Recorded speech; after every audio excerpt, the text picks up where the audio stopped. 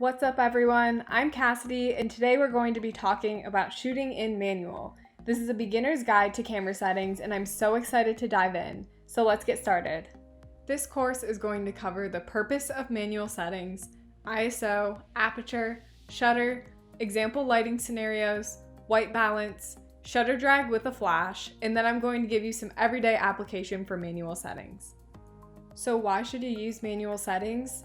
Well, to start off, it allows complete control over your final images, and this allows for you to create uniqueness in your images.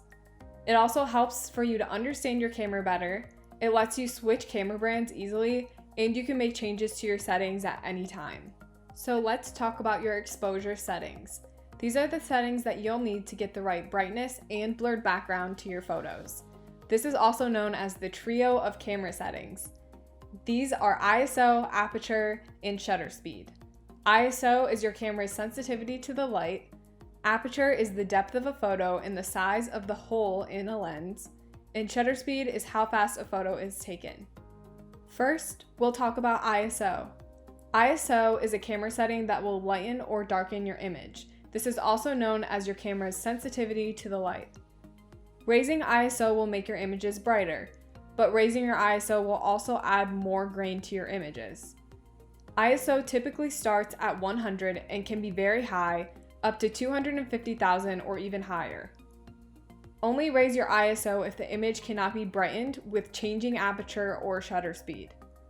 Here are some examples of ISO settings that I would use. If I'm shooting in the bright sun or direct sunlight, my ISO is always at the lowest it can be, which is ISO 100.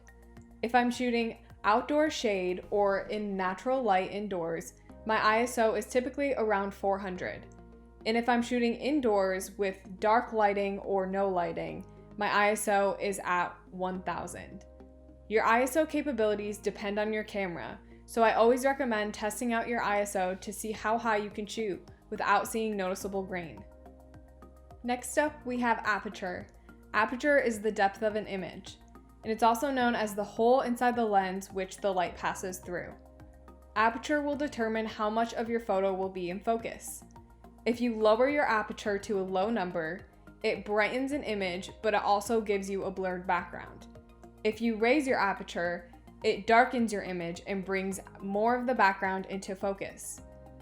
Aperture can also be referred to as f-stop, and on a camera it's displayed as f/2.8 or whatever number your aperture is at. So here's an example photo with my aperture at 2.2. This is typically what I shoot at when I am shooting couples or portraits. I like it because the background stays blurry, but my subjects are still mostly in focus. And lastly, we have shutter speed. Shutter speed is defined as how fast a photo is taken and is displayed in a fraction as 1/640. A low shutter speed makes an image brighter and could add motion blur. A higher shutter speed makes an image darker and the image is taken quicker. My lowest recommendation for handheld shutter is 1/200 unless you're on a tripod. Here's an example image where my shutter speed was at 1/30. I thought it was a super fun way to capture the motion of a car driving by, which is why I chose to have my shutter speed so low. And as you can see, it's just a really fun way to capture motion in your images. So this is something that you can use shutter speed for. So before we move on, I wanted to give you a little cheat sheet for each of the settings and what happens if you raise or lower them. So to start, ISO, if you have a high ISO, your image will be brighter and you will have more grain. With aperture, if you have a lower number, your image will be brighter, so more light will be let in, and your background will be blurrier. For shutter speed, if you have a higher number, your image will be darker and you will have less motion blur. Now we are going to jump into some lighting scenarios and what my settings would be in each of them. To start off, we have this direct, sunny, and harsh lit environment. I have a bridal party standing there with the sun behind them. I have my ISO at 100 because I want to let in the least amount of light as possible with my ISO being so low. So this will help my image to not have any grain in it. and I have my aperture at 3.2, and normally this is not as high as I would shoot, but because I have multiple people in my image, I want them all to be in focus. And lastly, my shutter is at 1/1000, and I think I just got this number by taking some test shots and seeing how high my shutter needed to be to have the right exposure. So as you can see, it was really high, but this was on purpose to make my image darker. So next we have a shade or cloudy lighting scenario. As you can see, there's really no sun in this image. It's mostly just shaded and really cloudy, so it has a nice even light over it. I started with my ISO at 200 and my aperture was at 2.2, which is what I typically shoot at to get my subjects in focus but to still have that blurry background behind them.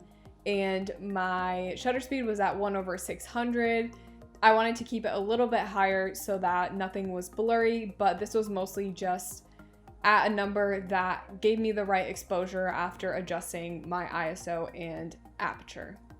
So my next lighting scenario is indoors with natural light. Basically what this means is you are inside, but you are near a window or something that gives you some source of light that looks natural and it's pretty bright. So in this scenario, I had my ISO at 400. My aperture was at 1.8 because I wanted to lower it a little bit to let in a little bit more light, just because the scenario was a little bit darker than what I had anticipated. And my shutter speed was at 1/320. I lowered it a bit to let in more light, and I actually ended up needing it this low because it was a little bit darker than I expected. This last lighting scenario is indoors with very limited lighting. As you can see in the image, it was dark outside and the lighting inside this venue was limited and it wasn't the greatest. So as a result, I had my ISO as high as I prefer it to be, which is at 800. I had my aperture as low as it could be, which is 1.4, and I wanted to let in as much light as I possibly could. So I had my shutter speed down to 1/200 as well, because I wanted to have the brightest image that I could possibly have, and so that is the lowest I'm comfortable having my shutter speed. We're going to change gears a little bit and talk more about white balance. So white balance determines the temperature and tint of your raw images in camera. So I have listed here tungsten, daylight, cloudy, and shade, and you can see the coolest is tungsten, and then it goes daylight, cloudy, and shade as the warmest. Auto white balance is all the way to the right because it's a setting where your camera gets to decide what your white balance is for you. So I prefer to have my images when they're in camera to be a little bit warmer, which is why I always shoot on shade when I'm outdoors, and then when I'm inside, I let my camera choose my white balance, so I have mine in auto white balance indoors. Next, we're going to talk about shutter drag. And shutter drag is a technique that uses long exposure and a flash to capture moving objects in a dark scene. So over on the left, I have these 4 images where I used a shutter drag, so you can see the light leaks in each photo. How to do a shutter drag. If you point the flash directly forward, then you can focus on your subject in camera. After that, you'll press the shutter, wait for the flash to go off, and then I drag my camera in a swiping motion.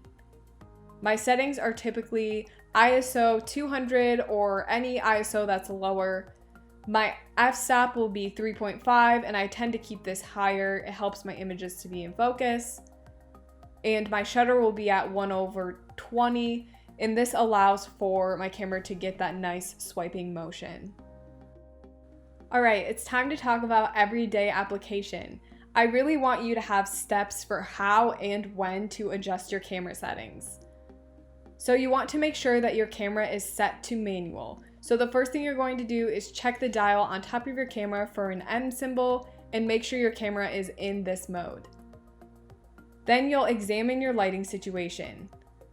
After that, pick an ISO based on your lighting. Pick an aperture based on your photo style and the lighting, and then adjust your shutter speed as needed. For example, if an image looks too dark and the shutter is at 1/640, lower your shutter until the image is properly exposed. If the image is still too dark or too light, then go back and adjust your settings accordingly. So maybe changing that shutter didn't really help with your exposure, then you might need to lower your aperture or raise your ISO. Make sure you take multiple test shots during your shoot to make sure the exposure still looks okay. Alright guys, that is it. Thank you so much for taking the time to learn about manual settings and truly investing in yourself as a photographer. If you liked this video, make sure you share on social media how much you liked it, and be sure to follow me for more tips and tricks about photography.